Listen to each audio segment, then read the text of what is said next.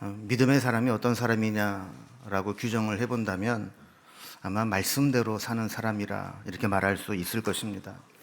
100% 완벽하게 말씀대로 사는 사람이 어디 있겠습니까? 그러나 적어도 내가 어떤 삶을 살아가든지 말씀이 기준이 되고 말씀대로 살려고 노력하는 사람, 이 사람이 믿음의 사람입니다. 근데 문제는 그렇게 오랫동안 교회를 다니고 또 말씀을 들어도 이 말씀과 삶이 일치하지 못하는 경우가 많다는 겁니다. 여러분의 삶에 가장 큰 영향을 끼치는 요인은 어떤 것들입니까? 어떤 일을 결정할 때 결정적으로 영향을 끼치는 기준이 무엇입니까? 믿음의 사람은 그것이 하나님의 말씀이 되어야 합니다. 마치 자석을 갖다 대면 이 쇠붙이들이 자석을 향해 끌려가듯이 우리의 삶도 무엇인가에 이끌려가는 경향성이 있을 수 있습니다. 어떤 사람은 돈이 이끄는 대로 살아갑니다. 돈이 되는 것이라면 무엇이든지 하는 것이죠.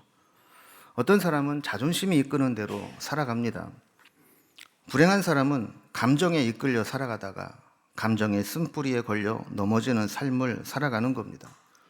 미움과 증오, 비교의식과 열등감, 때로는 교만함과 방탕함, 이런 것에 걸려 넘어지게 되는 것이죠. 어떤 사람은 또 너무 자기 주관이 없어서 다른 사람이 끌고 가는 대로 끌려가는 인생을 살기도 합니다. 다른 사람이 결정해주고 선택하는 대로 끌려가는 사람도 있습니다.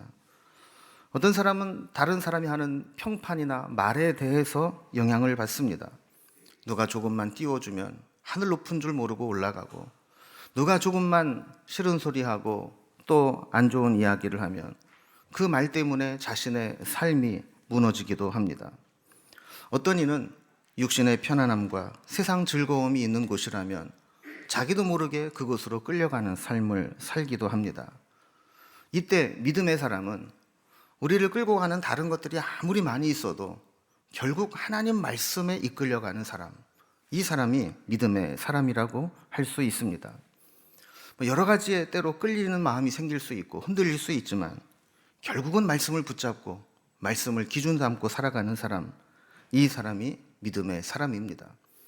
말씀이 우리 가운데 있게 되면 우리가 아무리 힘든 일을 만나고 때로 고통과 시련을 겪으면서도 스스로 회복되고 살아나는 은혜가 생기게 됩니다. 시편 119편 50절에 보면 이 말씀은 나의 고난 중에 위로라. 주의 말씀이 나를 살리셨기 때문이니이다. 우리가 아무리 힘들고 고통스러운 고난의 시련의 시간을 겪어도 그 말씀이 내 속에 있고 그 말씀을 붙잡고 살아간다면 그 말씀이 나를 위로하게 되고 결국에는 나를 치유하고 회복하는 능력이 되는 것입니다. 헬렌 켈러는 이런 이야기를 했습니다. 성경에 밑줄 긋는 것도 좋지만 성경이 당신 삶에 밑줄 긋게 하라. 성경을 읽고 밑줄을 그으며 열심히 공부하고 은혜를 받으며 지식을 얻는 것도 중요하지만 더 중요한 것은 성경이 우리의 삶에 밑줄 긋게 하는 것, 성경대로 살아가는 것이 더 중요하다라는 말입니다. 아무리 성경에 대한 지식이 많고 성경을 달달 외우고 꿰뚫어 아는 지식이 있다 할지라도 말씀이 나에게 영향을 끼치지 못하고 말씀이 나를 변화시키지 못한다면 그 아는 지식이 무슨 의미가 있느냐는 겁니다. 여러분, 말씀을 통해 여러분의 언어가 바뀌고 있습니까? 말씀을 통해 여러분의 가치관이 뭔가 좀 달라지고 있습니까? 말씀을 통해 여러분의 행실이 더 나아지고 매 순간마다 온전해지고 있습니까? 만약에 우리가 말씀을 그렇게 많이 들어도 과거나 지금이나 별반 다를 게 없다면 그것은 말씀의 능력이 없어서입니까? 아니면 말씀을 받아들이는 우리의 심령에 문제가 있기 때문입니까? 시편 119편은 176절이나 되는 긴 장이죠.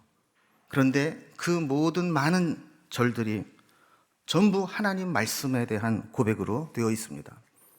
오늘 우리가 읽은 본문에도 보면 시편 119편 9절에 청년이 무엇으로 그의 행실을 깨끗하게 하리이까? 주의 말씀만 지킬 따름이니이다 라고 고백합니다. 청년은 장점이 있습니다.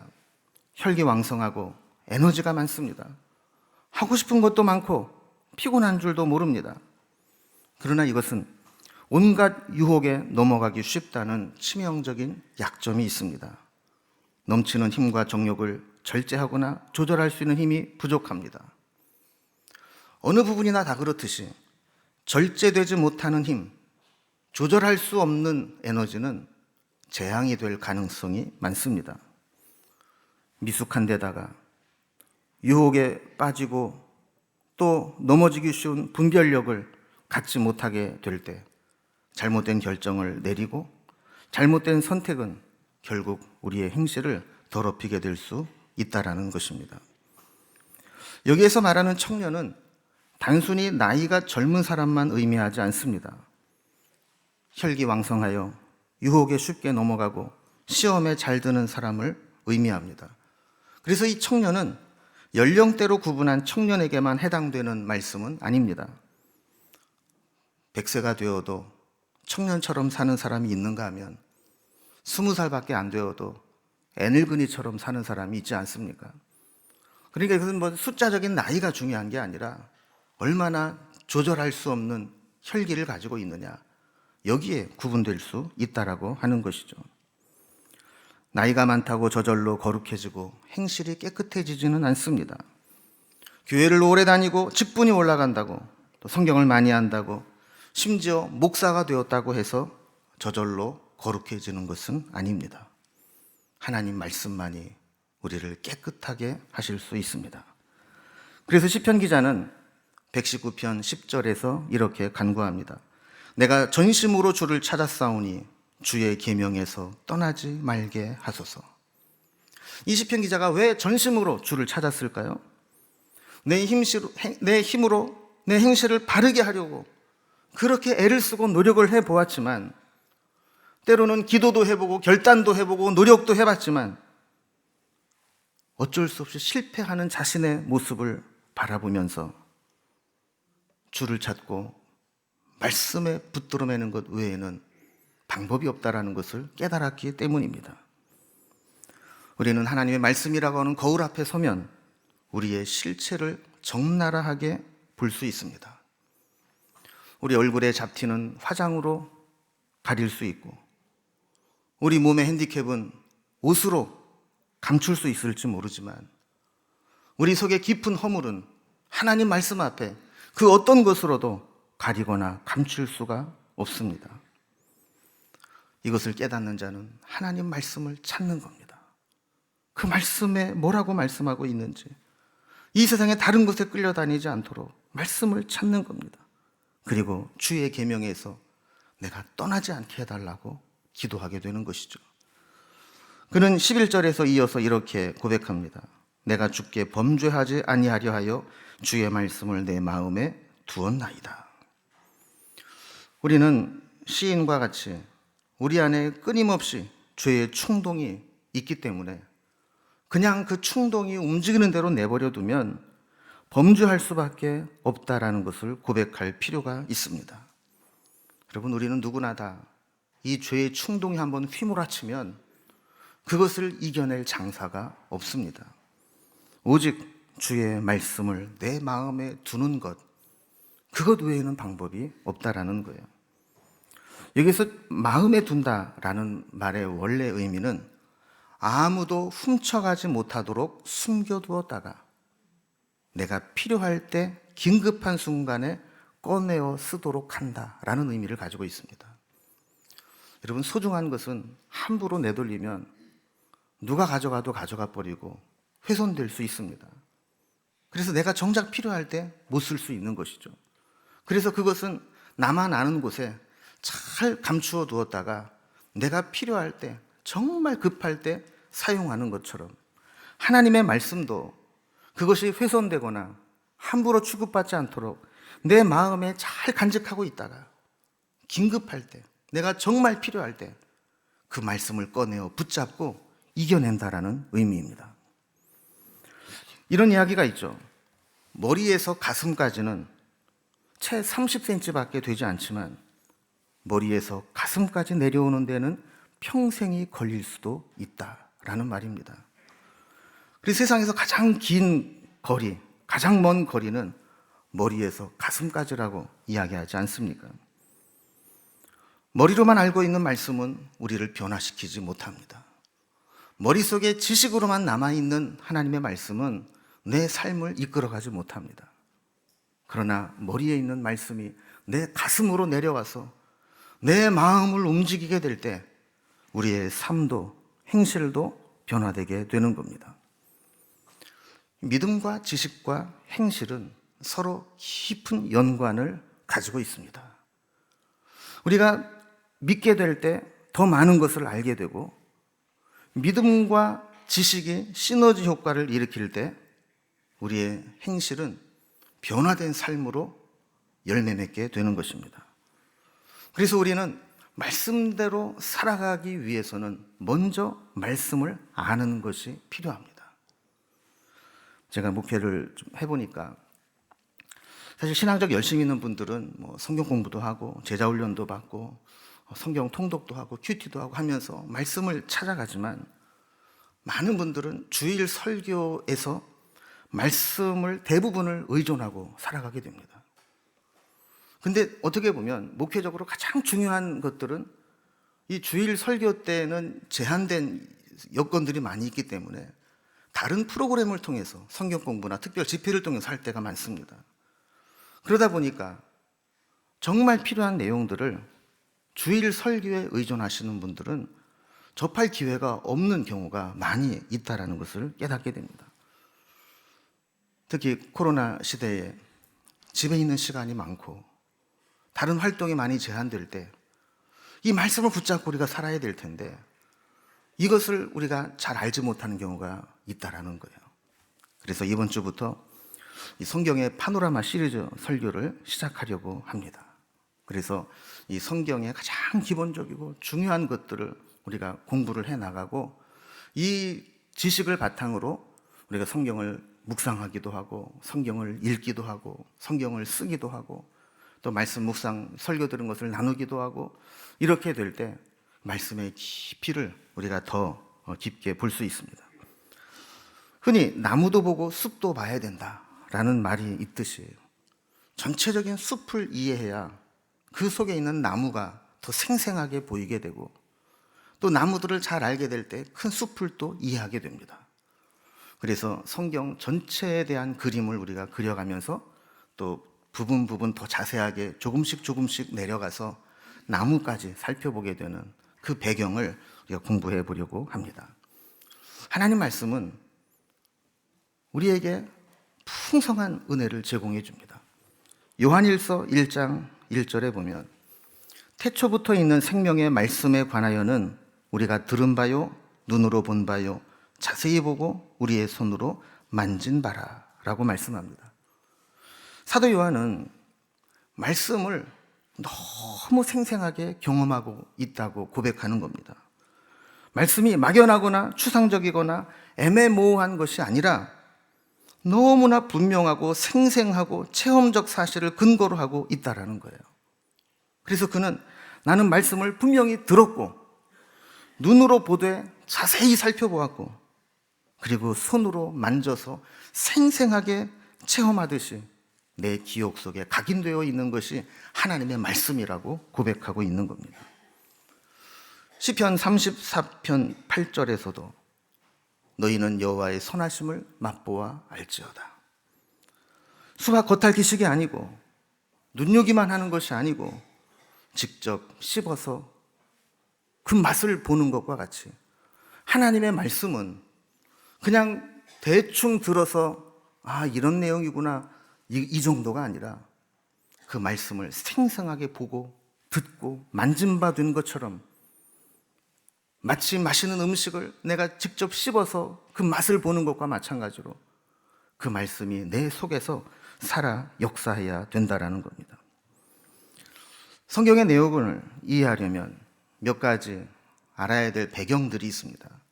첫 번째는 역사적 배경을 알아야 되고, 두 번째는 지리문화적 배경을 알아야 되고, 세 번째는 신학적 배경을 알아야 합니다. 그래서 우리는 성경을 이해하려면 원하지 않아도 이스라엘의 역사를 알아야 될 필요가 있습니다. 성경이 기록된 배경인 지리적, 문화적 배경도 알아야 성경을 알 수 있습니다. 그 말씀을 주신 하나님의 그 신학적 배경은 무엇인지를 알아야 하나님 말씀을 오해하지 않고 정확하게 알 수 있습니다.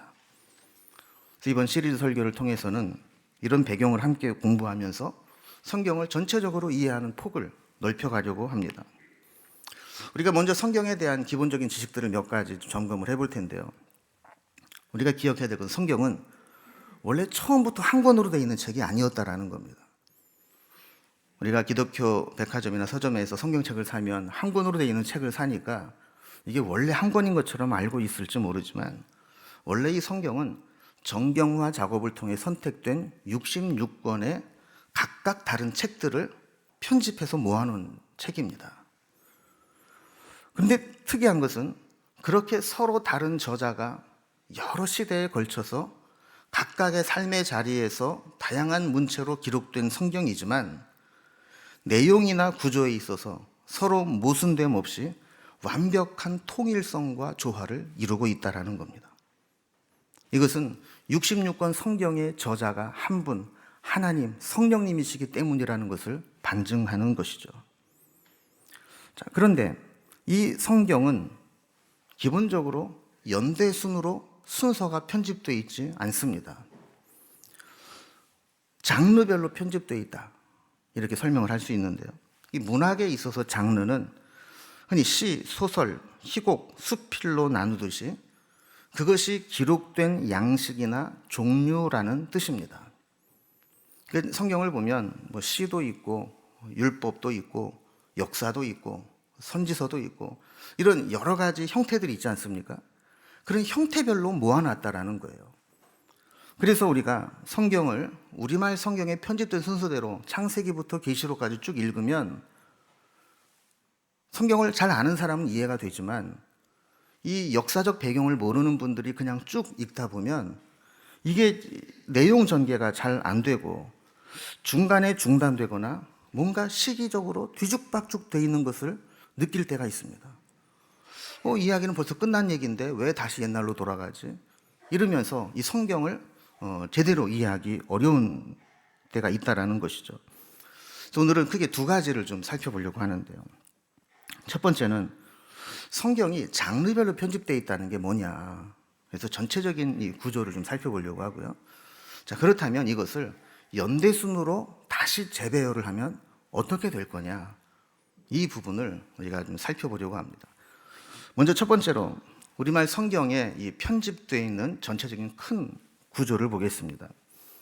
이 성경은 이제 구약과 신약으로 나눠져 있는데 크게 전부 다 4개의 장르로 되어 있습니다.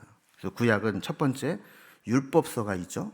5권, 모세오경이라고도 부르고 토라라고 부르기도 하는 책입니다. 여기에는 창세기, 출애굽기, 레위기, 민수기, 신명기 이렇게 5권의 책이 율법서라는 장르로 기록이 되어 있는 겁니다. 자, 그 밑에는 이제 역사서가 12권이 편집되어 있습니다. 그래서 역사는 크게 3가지로 나누게 되는데 첫 번째는 신정시대, 왕이 세워지기 전까지의 시대. 그래서 출애굽한 이후에 가나안 땅에 들어가서 여호수아, 사사, 룻 요 인물을 중심으로 해서 이 역사, 신정시대 역사로 구분이 됩니다. 자, 그러다가 사울부터 왕이 세워지게 되죠. 왕정시대로 들어서게 되는데 왕정시대를 기록한 것이 사무엘상하, 열왕기상하, 역대상하 이렇게 기록이 되어 있습니다. 물론 여기에는 통일왕국 시대가 있고 분열왕국 시대가 있죠. 자, 그리고 북왕국, 남왕국이 다 멸망을 합니다. 그리고 나서 포로로 끌려가게 되는데 그 포로기 시대와 포로에서 돌아온 시대를 에스라, 느헤미야, 에스더 이렇게 기록을 하고 있습니다. 이 역사적으로 보면 여기까지가 끝입니다. 구약은. 그래서 역사서가 12권이 이렇게 되어 있고요. 여러분 이거 사진 안 찍으셔도 됩니다. 나중에 카톡으로 자료 다 공유해 드리겠습니다. 자, 그리고 이제 그 다음에 이제 시가서가 기록되어 있죠. 시가서는 우리가 잘 아는 대로 이제 산문과 운문 이렇게 나눈다면 이제 운문이 되는 거죠. 시처럼 되어 있는 것. 이제 5권 있습니다. 욥기, 시편, 잠언, 전도서, 아가 이 5권이 시가서로 되어 있습니다. 자, 그리고 나서 이제 선지서가 17권 있는데 이건 구분을 누가 했는지 모르겠지만 대선지서, 소선지서 이렇게 나눠요. 근데 이거는 뭐 선지자가 위대하거나 메시지가 뭐 훌륭해서가 아니라 분량이 비교적 많은 것은 대선지서, 분량이 비교적 적은 것은 소선지서 구분을 합니다. 대선지서는 이사야, 예레미야, 예레미야가 에스겔, 다니엘. 그리고 소선지서는 외우기 쉽게 호, 열, 안목, 연미, 나합, 스팍, 승말 그래서 12개가 이렇게 됩니다. 신약도 마찬가지입니다. 신약은 율법서와 견주는 것이 복음서죠. 복음서가 4개가 있는데 마태, 마가, 누가 이 3개를 공관복음, 요한복음을 제4복음 이렇게 나누게 됩니다.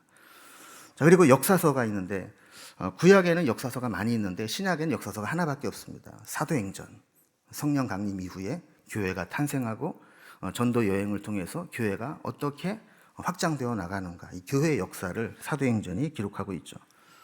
자, 그리고 교회가 세워지면서 그 교회의 필요에 따라서 서신서를 보내는 것이 서신서가 됩니다. 그래서 총 21권의 서신서가 있게 되는데 이 서신서는 크게 둘로 나눕니다. 바울 서신과 공동 서신. 바울 서신은 바울이 쓴 책이죠. 그래서 바울 서신의 책 제목은 편지를 받는 교회의 이름으로 되어 있습니다. 로마에 있는 교회가 받으면 로마서, 고린도에 있는 교회가 받으면 고린도전서 이런 식으로. 그리고 공동 서신이라고 하는 것은 사도들이 공통적으로 회람해서 읽어도 좋은 그런 편지들입니다. 그래서 이것은 편지를 쓴 사람의 이름으로 되어 있죠. 야고보가 쓴 것은 야고보서, 베드로가 쓴 것은 베드로전서 이런 식으로 되어 있습니다. 중간에 또 이상한 게 하나 끼어 있죠. 저자미상 히브리서. 히브리서는 유일하게 이 저자가 기록되어 있지 않습니다. 어떤 사람은 사도 바울이다, 어떤 사람은 야고보다 이렇게 이야기를 하지만 성경에서 구체적으로 밝히지 않고 있기 때문에 이것은 하나님만 하신다. 저자 미상으로 남겨두었습니다.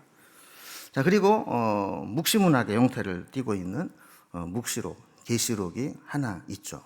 구약에는 없는 것인데 요한계시록. 물론 구약에서 다니엘이나 스가랴 이런 것들은 묵시문학적 성격을 가지고 있지만 전체가 묵시록은 아니죠. 그러나 요한계시록은 또 묵시록으로 편집이 되어 있습니다. 이따가도 살펴보겠지만 이 구약의 역사서와 특히 왕정시대, 포로시대 이후와 선지서는 서로 연관이 되어 있습니다. 그리고 신약의 역사서인 사도행전과 서신서는 또 서로 연관이 되어 있습니다.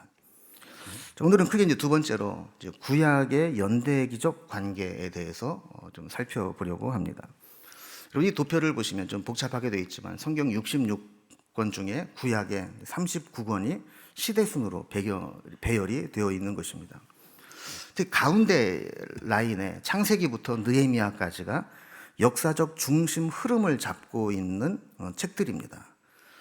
그리고 그 아랫부분에는 역사적 중심 흐름을 잡고 있는 책들과 연관되어 있는 성경들이 기록되어 있습니다. 그리고 윗부분에는 그 왕정 시대부터 포로기 이후까지 선지서들이 어떻게 구분이 되어 있는가가 기록이 되어 있습니다. 그럼 먼저 역사적 중심 흐름을 한번 살펴보도록 하겠습니다. 창세기는 창조 시대와 족장 시대를 다루고 있습니다. 하나님께서 천지를 창조하시고 우리 인류의 역사를 시작하신 원 역사가 기록되어 있고 그중에 12장부터 아브라함이 선택을 받게 되고 아브라함을 통해 큰 민족을 이루게 되는데 아브라함, 이삭, 야곱, 요셉으로 이어지는 4명의 족장의 역사가 있게 되죠. 이 창세기에 기록되어 있습니다. 그 밑에 보면 욥기가 이렇게 딸려 있는데 이 욥기의 시대적 배경이 아마 이 족장들의 시대와 같을 것이다라고 성경학자들이 추정을 합니다. 자, 그리고 출애굽기부터 신명기까지는 출애굽과 광야 시대로 구분을 합니다. 그래서 애굽으로 내려가 있었던 기근을 피해서 애굽에 내려갔던 사람들이 왕조가 바뀌면서 핍박을 받게 될 때 애굽에서 출애굽을 하게 되죠. 그리고 40년 동안 광야를 지내면서 가나안 땅에 들어오게 됩니다. 출애굽한 이후부터 또 광야 시간을 맞춰 가나안에 들어오기까지가 바로 출애굽 광야 시대가 됩니다. 여기 보면 밑에 레위기 또 신명기가 이렇게 붙어 있는데요. 이 중요하게 우리가 좀 한 가지 알아야 될 것은 출애굽을 한 이후에 저들이 시내 광야에서 1년 동안 머무르게 됩니다. 그리고 모세는 시내산에 올라가서 십계명을 비롯한 율법을 받아서 내려와서 백성들에게 가르치게 되죠. 그리고 그 내용 중에 제사 제도라든지 성결함에 대해서 이어지는 내용이 레위기입니다. 그리고 민수기에서 다시 여행을 시작해서 시내 광야를 떠나서 모압 평지까지 가게 되는 내용이 기록되어 있고, 가나안 땅에 들어가기 바로 직전에 40년 동안 광야 생활하면서 출애굽 1세들이 다 죽었잖아요. 율법도 다 들은 사람이 없고 출애굽의 기적도 경험한 사람이 없어요. 그래서 모세가 출애굽 2세대들에게 다시 하나님의 말씀을 해석해서 가르쳐준 설교가 신명기입니다. 그래서 신명기는 신자가 다시 신자를 써요. 매울 신자 아니고요, 새로운 신자 아니고요, 다시 신자. 출애굽 2세대들에게 시내산에서 받았던 율법, 그리고 지금까지 광야를 지나오면서 함께 하셨던 하나님 말씀을 다시 설교하고 해석해 주는 게 신명기의 말씀이 됩니다. 그래서 이 출애굽기 19장부터 민수기 10장 11절까지는 시내 광야에서 1년간 머무릅니다. 그러니까 우리가 보면 출애굽기, 레위기, 민수기 책이 3권이 건너뛰지만 그 기간까지는 한 장소에서 있었던 내용입니다. 자, 그리고 이제 그들이 드디어 이제 가나안 땅에 들어가게 되죠. 여호수아부터 가나안 정복 및 분배 시대가 됩니다. 그래서 여호수아는 크게 둘로 돼 있어요. 하나는 어떻게 여호수아를 중심으로, 모세가 죽은 후에 여호수아를 중심으로 가나안 땅을 정복해 나갔느냐, 그리고 정복한 땅을 12지파별로 어떻게 분배했느냐, 이게 여호수아에서 가장 중요한 내용이거든요. 자, 그런데 여호수아가 죽고 난 이후에 여호수아의 뒤를 이을 지도자가 없어요. 그래서 그들은 하나님을 의지해야 됐고, 어떤 사건이 있을 때마다 지도자를 세우게 됩니다. 그게 누굽니까? 사사죠. 그래서 왕이 세워지기 전까지를 신정시대라고 부르는 사사시대가 도래하게 되는 겁니다. 그 내용이 이제 사사기고요. 그 밑에 룻기가 되어 있는 것은 룻기 1장에 보면 룻기의 배경이 사사시대라고 기록을 하고 있습니다. 자, 그리고 나서 이제 사사의 마지막 사사를 우리가 이제 사사기에는 없지만 마지막 사사를 사무엘로 보거든요. 사무엘이 왕을 기름 붓게 되죠. 그래서 왕정 시대가 시작이 됩니다. 그래서 사울, 다윗, 솔로몬까지를 통일 왕국 시대라고 부르게 됩니다. 한 왕이, 한 나라가 통일되어 있는 상태로 사울, 다윗, 솔로몬까지 가게 되죠. 솔로몬이 죽고 난 이후에 나라가 남북으로 나뉘어지게 됩니다. 그래서 반역을 일으킨 여로보암을 중심으로 해서 북왕국 이스라엘에 19명의 왕들이 등장을 하게 되고, 그들은 BC 722년에 아수르에 먼저 멸망을 하고 맙니다. 그리고 솔로몬의 아들이었던 르호보암이 남왕국의 정통을 이어받게 되면서 이후에 23명의 왕들이 이어서 통치를 하다가 BC 586년에 바벨론에 멸망을 하게 됩니다. 그리고 바벨론 포로로 끌려가게 되죠. 자, 그 밑에 보면 그 내용이 사무엘상하, 열왕기상하라고 되어 있다 하면서 사무엘상하의 내용은 대부분 역대상과 시기적으로 겹치게 되고, 또 열왕기상하의 내용은 시기적으로 역대하와 겹치게 됩니다. 근데 이 겹치는 내용을 왜 2번 기록했느냐, 이것은 다음에 요거 할 때 다시 좀 다루기로 하고요. 이때 특히 모든 시편이 다윗이 쓴 것은 아니지만 다윗이 많이 썼기 때문에 다윗 밑에 시편이라고 좀 적어 놓았고, 솔로몬이 잠언, 전도서, 아가를 썼기 때문에 그 밑에다가 적어 놓았습니다. 자, 그리고 왕정 시대가 되고 특히 이제 분열 왕국 시대가 되면서 영적으로 막 혼란해지게 될 때 하나님은 선지자들을 보내시게 됩니다. 이 성경에 보면 특별한 사역은 나와 있지 않지만 성경을 남긴 선지자가 있고, 엘리야나 엘리사처럼 기적과 행함은 많지만 자기 이름으로 선지서를 기록하지 않은 선지자도 있어요. 근데 어쨌든 이 선지서들을 보면 북왕국을 향해 말씀을 전했던 선지서는 아모스와 호세아서이고, 남왕국 유다를 향해 말씀의 사역을 했던 선지서는 요엘, 미가, 이사야, 스바냐, 하박국, 예레미야가 됩니다. 자, 그리고 이방 나라를 향해서 말씀이 전해진 것도 있죠. 요나나 나홈은 아수르의 니느웨를 향해서, 그리고 오바댜는 에돔을 향해서 말씀을 전하게 된 것입니다.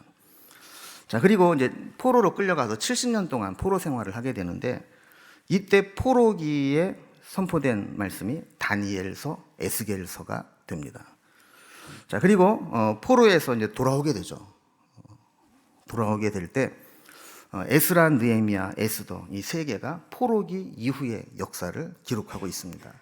그래서 1차, 2차, 3차에 걸친 포로 귀환을 하게 되고, 돌아와서 예루살렘 성벽을 재건하고 성전을 새로 쌓고 신앙을 재건하는 그 일들이 바로 에스라, 느헤미야, 에스더의 역사에 기록이 되어 있고, 그때 활동한 선지자가 학개, 스가랴, 말라기 이렇게 됩니다.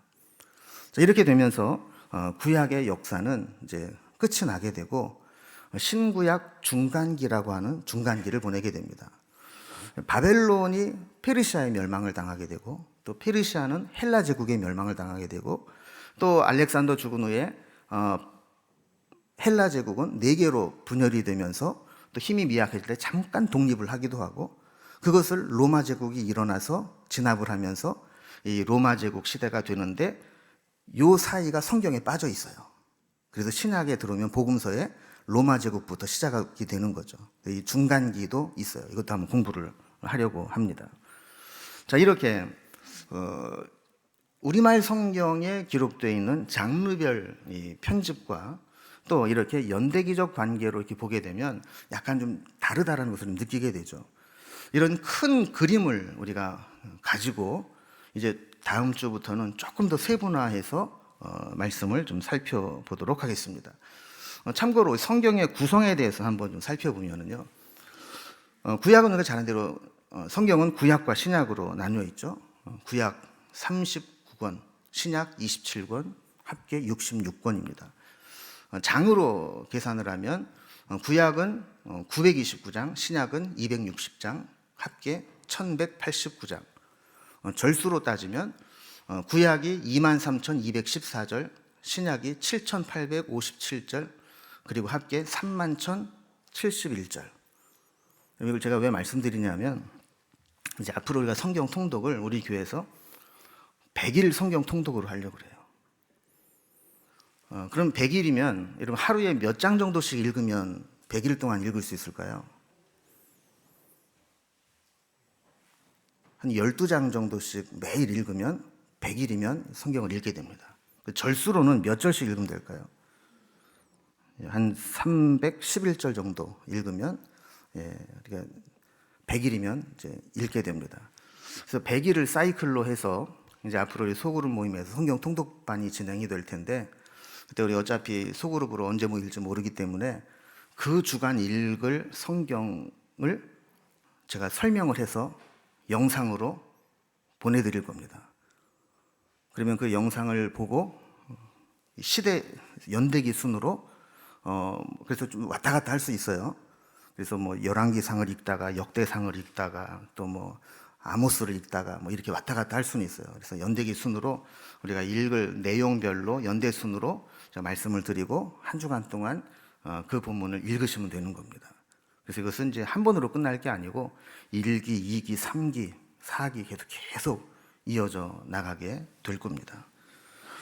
자, 이렇게 해서 우리가 성경을 그냥 무대뽀로 읽는 게 아니라 성경의 흐름을 연대순으로 정리를 하면서 통독을 하면 훨씬 더 생생하게 우리가 이해가 되리라 생각을 합니다. 나중에 우리가 현장에서 우리 소모임이 가능해지면 아마 더 자세한 내용들을 함께 공부할 수 있는 기회도 있을 것입니다. 자, 마지막으로 헬렌 켈러가 했던 이야기를 하나만 더 인용을 좀 해봅니다. 성경을 안내서로 삼는 이들은 결코 방향 감각을 잃지 않는다 그랬습니다. 우리가 알다시피 헬렌 켈러는 앞을 못 봤던 분 아닙니까? 그럼에도 불구하고 성경을 안내서로 삼게 될 때 그는 영적인 방향 감각을 잃지 않고 살아왔습니다. 성경을 아는 지식과 성경대로 사는 삶이 병행되어 치우침이 없이 방향 감각을 잡고 살아갈 수 있기를 바랍니다. 다른 것에 내 인생이 흔들리거나 끌려가는 것이 아니라 하나님 말씀에 이끌려 말씀의 인도하심을 따라 우리 인생 여정이 함께 갈 수 있기를 주님의 이름으로 기원합니다. 기도하겠습니다.